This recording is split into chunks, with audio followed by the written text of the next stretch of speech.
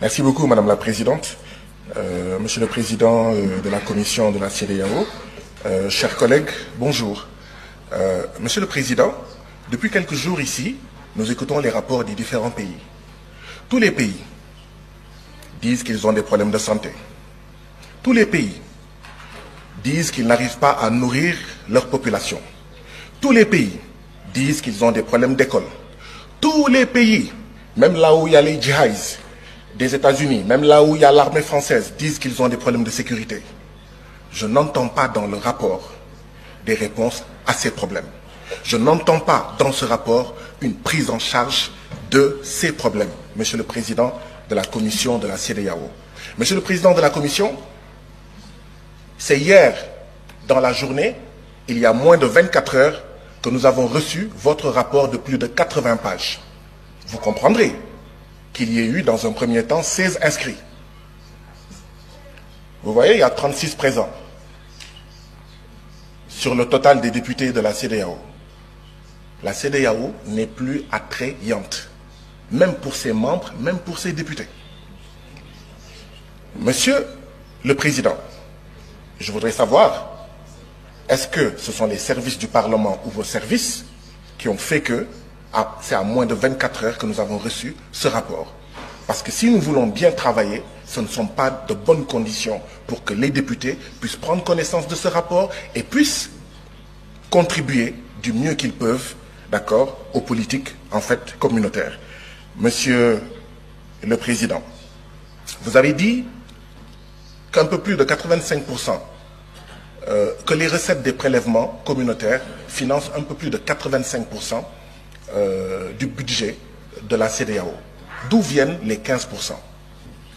D'où viennent les 15 autres pourcents? Monsieur le Président,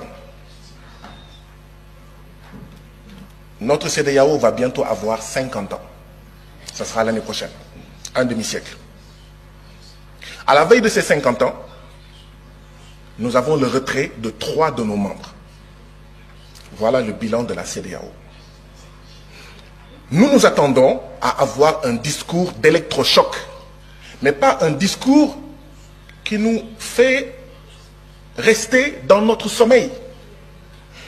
Monsieur le Président, une CEDEAO qui pousse ses membres à assassiner ses artisans, ses paysans, ses jeunes, ses femmes, envoyer ces jeunes dans le désert du Sahara, dans la mer Méditerranée ou l'océan Atlantique, qui pousse ses membres à assassiner leurs petites et moyennes entreprises, en poussant ces États membres à signer les accords de partenariat économique entre l'Union européenne et l'Afrique de l'Ouest.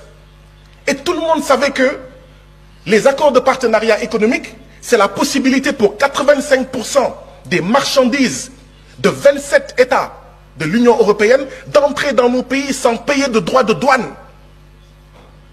Comment est-ce qu'on va régler la problématique du chômage? Comment on va régler la problématique du Sénégal où le taux de mortalité des petites et moyennes entreprises est de 64%? Et je suis persuadé que c'est à peu près pareil dans tous nos pays. Mais cette CEDEAO-là, c'est elle en réalité qui pousse notre jeunesse à essayer de traverser la mer Méditerranée et à prendre les pirogues à l'assaut de l'Europe forteresse. Nous ne voyons pas de changement. Cette CEDEAO qui pousse nos pays à maintenir les bases militaires françaises, à accueillir les djihadistes et d'autres armées d'occupation, parce que cette CEDEAO ne nous n'aide pas nos pays, comme le Mali, comme le Burkina, comme le Niger et comme d'autres pays, à faire face à la sécurité. Voilà ce que c'est que la CEDEAO. Mais qui va rester dans un mariage pareil? Un homme et une femme sont mariés. L'homme prend ses bagages et part. La femme dit à son mari, tu vas revenir par la force, viens. Non, c'est de dire, mon mari, pourquoi veux-tu t'en aller? Et on pose les problèmes. Je ne sens pas cette démarche, Monsieur le Président. Et nous devons aller vers cette démarche. Refondation ou mort de la CEDEAO. Voilà où on en est aujourd'hui. Transformation structurelle ou mort de la CEDEAO. Changement profond ou mort de la CEDEAO. Voilà où nous en sommes, Monsieur le Président. Si on ne fait pas ça, la jeunesse de l'Afrique de l'Ouest, dans les villages, dans les quartiers, ne veut plus de ça. dit que cette CEDEAO est une CEDEAO des chefs d'État et non des peuples. Et ça ne sert à rien de dire non, non, non, non, non, non, non. Il faut changer par les actes. Que cette CEDEAO soit une CEDEAO des peuples, que ça soit attrayant. Madame la Présidente, j'aurais suggéré qu'il y ait un minuteur. Dans nos différents parlements nationaux, il y a un minuteur, d'accord, qui montre... Votre temps de parole est épuisé. Pourquoi? Pourquoi? Pourquoi? La CEDEAO qui est censée être... Honorable Baba Sall, Honorable Baba Sall, vous avez la parole.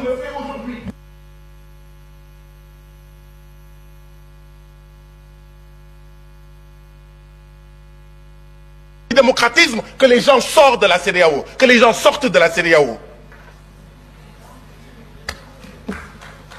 Honorable Baba Sall. Le discours du député sénégalais met en lumière une critique acerbe mais nécessaire du fonctionnement actuel de la Communauté économique des États de l'Afrique de l'Ouest, CEDEAO.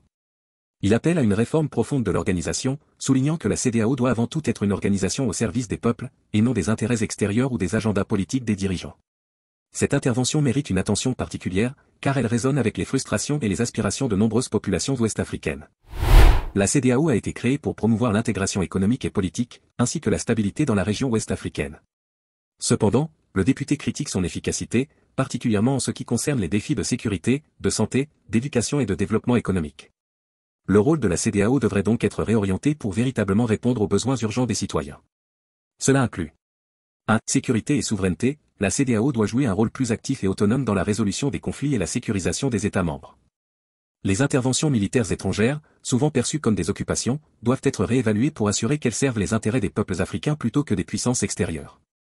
2. Développement économique. La lutte contre la pauvreté et l'insécurité alimentaire doit être au cœur des priorités de la CEDEAO. L'organisation doit travailler à renforcer les capacités des États membres à nourrir leur population et à promouvoir un développement durable.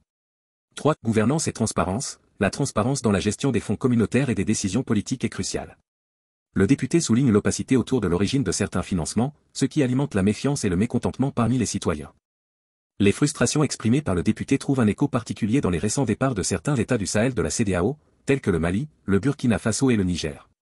Ces pays, confrontés à des défis sécuritaires exacerbés par la présence de groupes terroristes et par des interventions militaires extérieures, ont trouvé que la CEDEAO n'a pas suffisamment répondu à leurs besoins.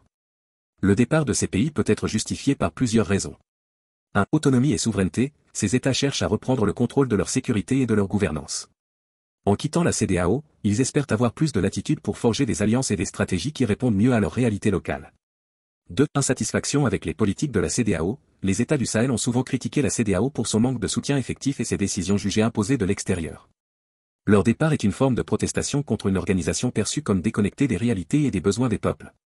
3. Refondation ou mort de la CEDEAO, comme le souligne le député, la CEDEAO est à un tournant critique. Sans une refonte profonde de ses structures et de ses priorités, l'organisation risque de perdre encore plus de pertinence et de soutien parmi ses membres. À la lumière des critiques et des défis actuels, il est temps de repenser le rôle de la CEDEAO. Nous avons besoin de votre voix pour imaginer une CEDEAO qui serve réellement les intérêts de ses peuples. Quels changements proposez-vous pour transformer la CEDEAO en une organisation plus efficace, transparente et autonome? Comment pouvons-nous mieux répondre aux besoins de sécurité, de développement économique et de gouvernance dans notre région? Pensez-vous qu'il y a encore une chance pour que les pays du Sahel, comme le Burkina Faso, le Mali et le Niger, reviennent dans cette organisation qu'est la CEDEAO? Ou bien existe-t-il un autre moyen par lequel ils pourraient collaborer à nouveau? Vos avis nous intéressent. Partagez vos idées et solutions dans les commentaires ci-dessous. À très bientôt.